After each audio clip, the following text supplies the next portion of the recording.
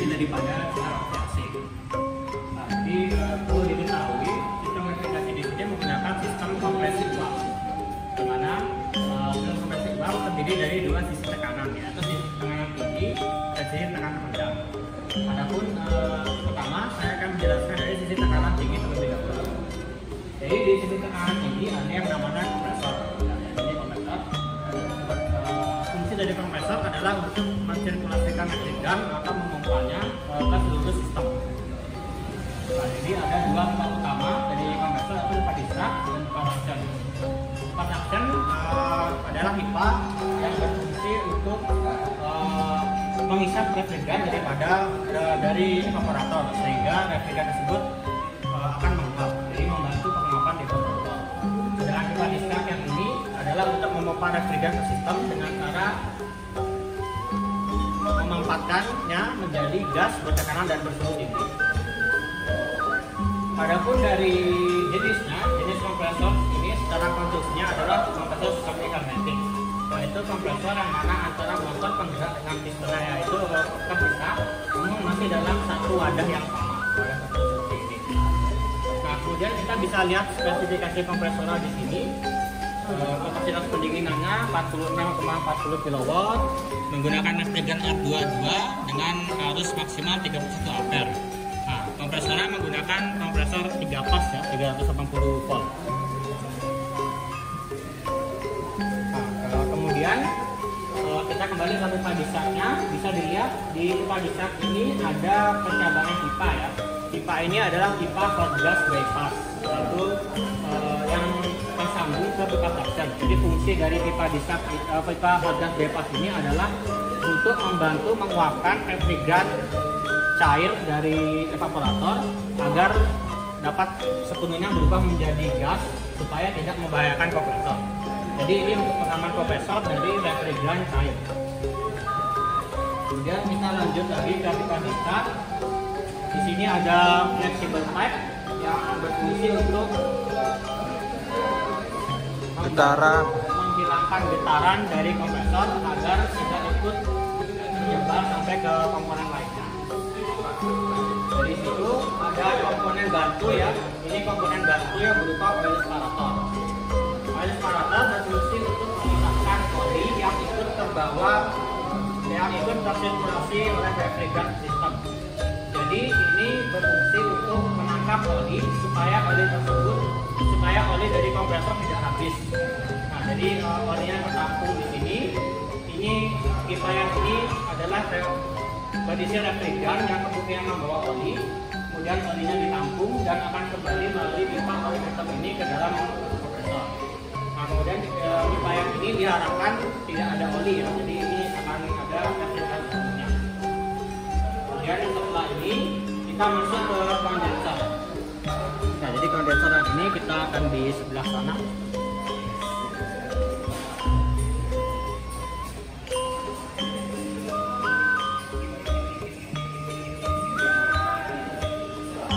Ya, jadi yang ini ya kompresornya.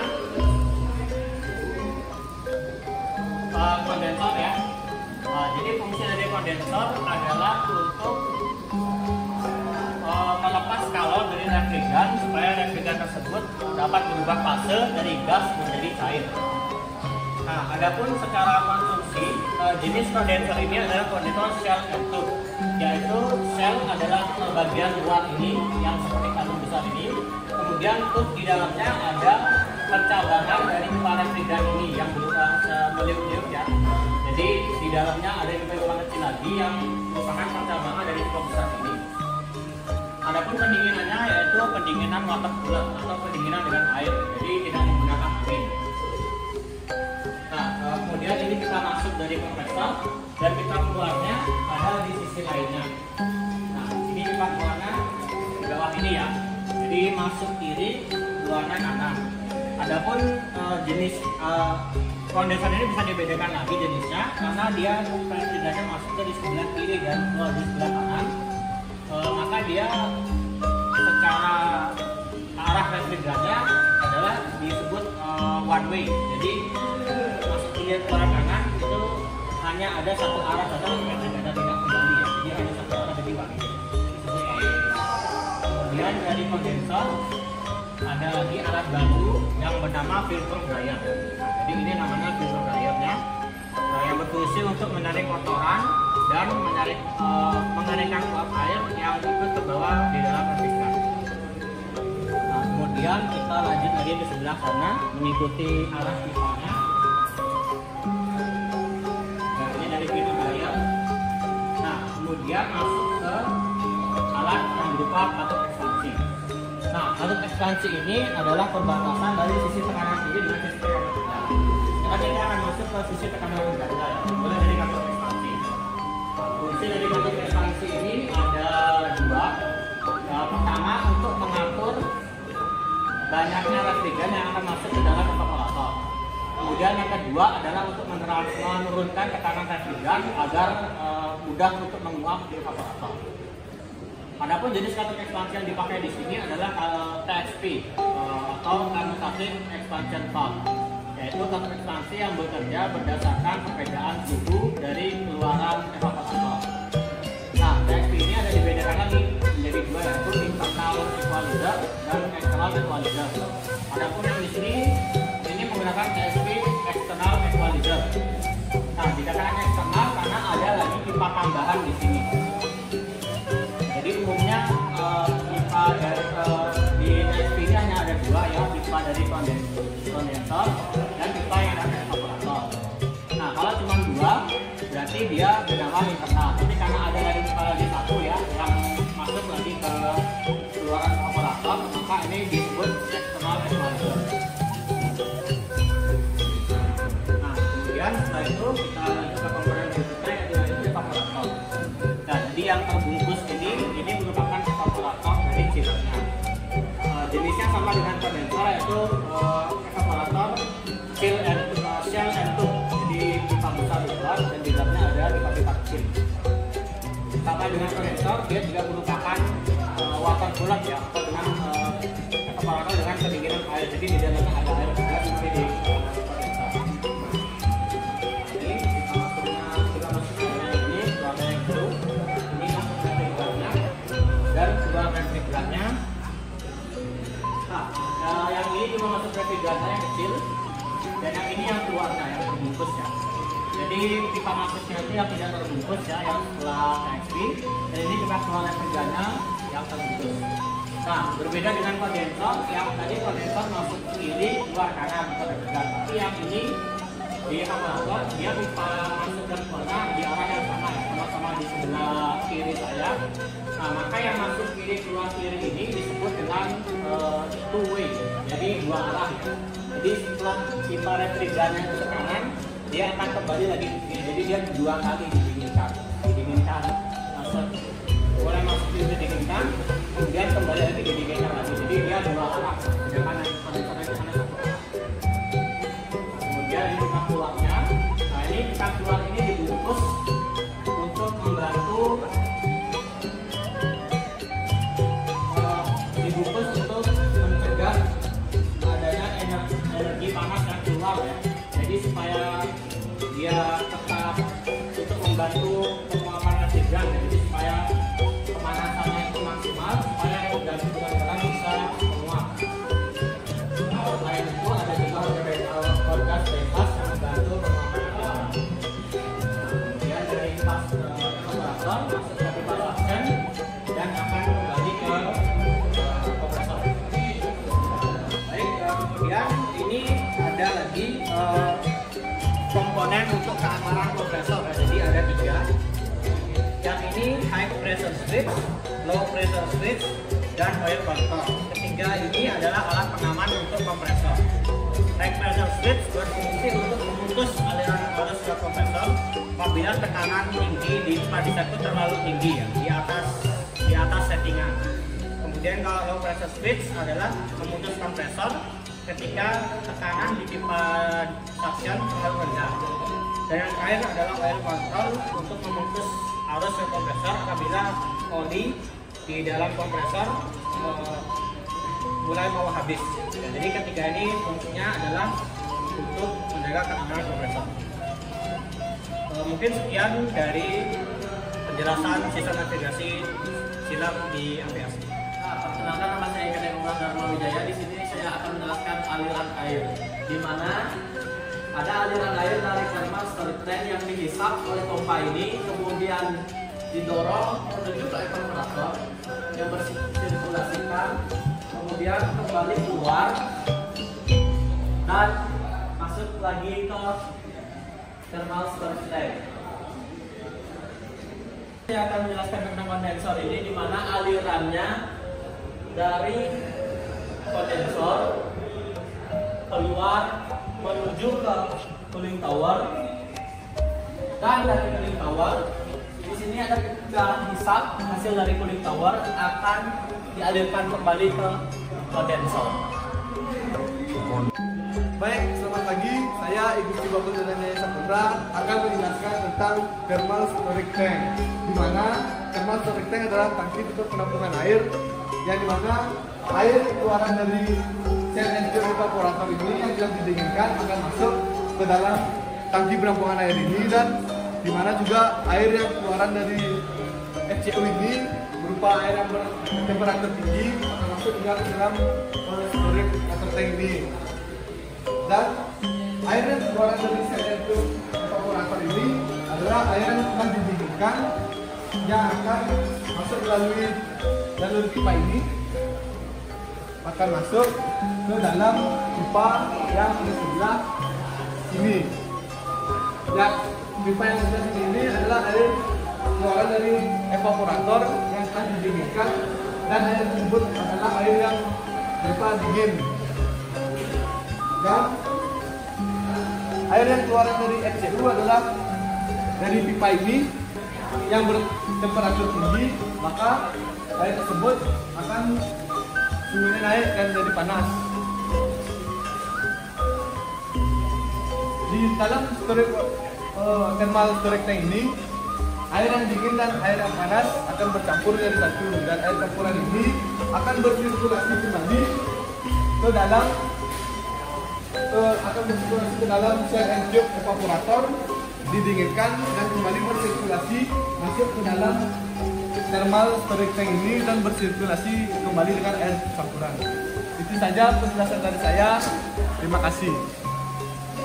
Baik, melanjutkan dari penjelasan teman saya tadi. Perkenalkan, nama saya Rosalia Putriwata. Di sini saya akan menjelaskan tentang FCU. FCU adalah fan cooling unit, di mana dia adalah sebuah media tata antara air dingin dengan udara, di mana udara panas dari ruang dihembuskan melalui blower atau fan melewati coil cooling.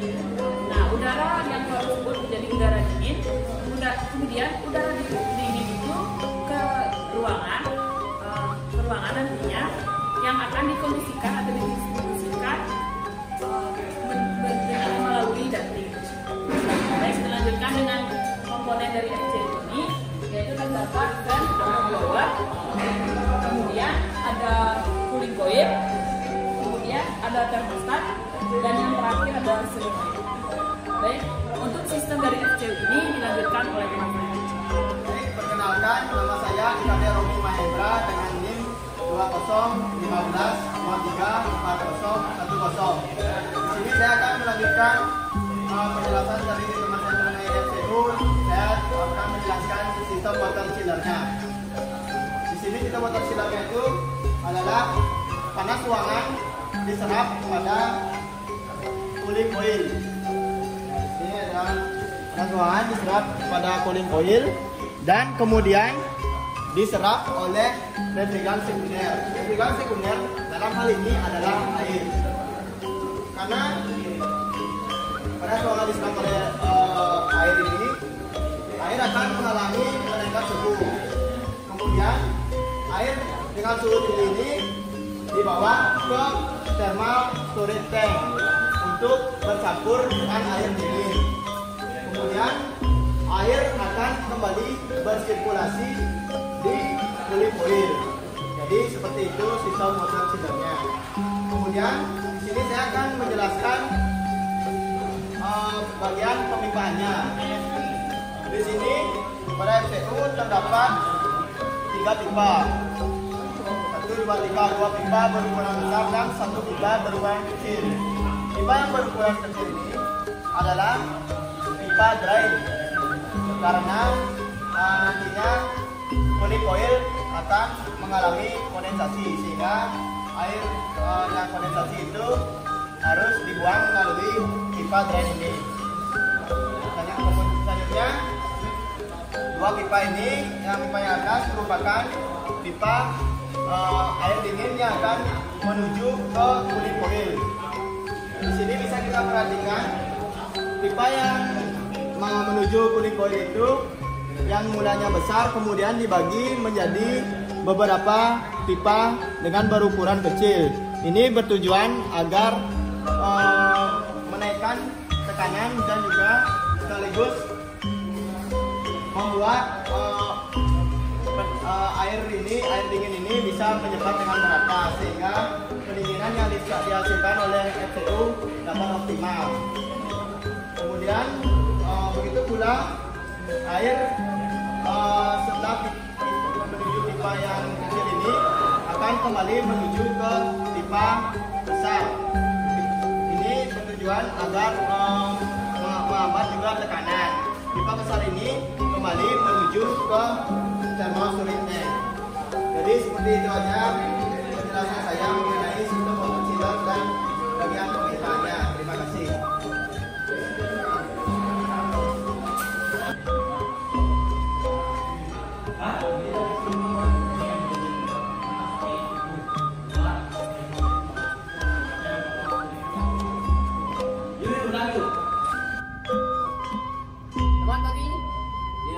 Perkenalkan, nama saya Petualang Setiawan. Di sini saya akan melanjutkan dengan komponen yang terakhir. Kita di sini dengan komponen yang terakhir adalah komponen yang bernama cooling tower.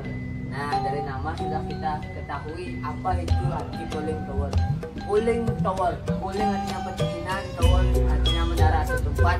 Nah, artinya cooling tower adalah tempat pendinginan air yang dari kondensor diarahkan yang masuk ke cooling tower, nanti didinginkan untuk kurang rendah akan kembali lagi ke kondensor. Yang menggerakkan dari air itu sendiri adalah pompa. Nah, jadi ini pipa yang keluar dari kondensor, yang pipa masuk dari kondensor. Nah, ini yang penjelasan yang saya akan dilanjutkan oleh teman-teman. Terima kasih. Perkenalkan, nama saya Gideon Wibrata. Di sini saya akan menjelaskan tentang fan pada cooling tower ini. Fungsi fan pada cooling tower ini adalah untuk menambah RH pada fan cooling tower ini. Di sini saya akan menjelaskan tentang backup water dan blow down. Fungsi dari backup water ini adalah saat water cooling airnya kurang, backup water ini akan berfungsi. Dan fungsi blow down ini adalah saat water cooling kotor, blow down ini akan menguras air pada water cooling, lalu di backup oleh backup water. Di sini saya akan melanjutkan penjelasan tentang backup water dan blow down. Di sini backup water diperlukan di saat air cooling tower mulai berkurang dan saat mengisikan kembali cooling tower. Dan blow down ini digunakan untuk saat membersihkan cooling tower. Ini berlangsung.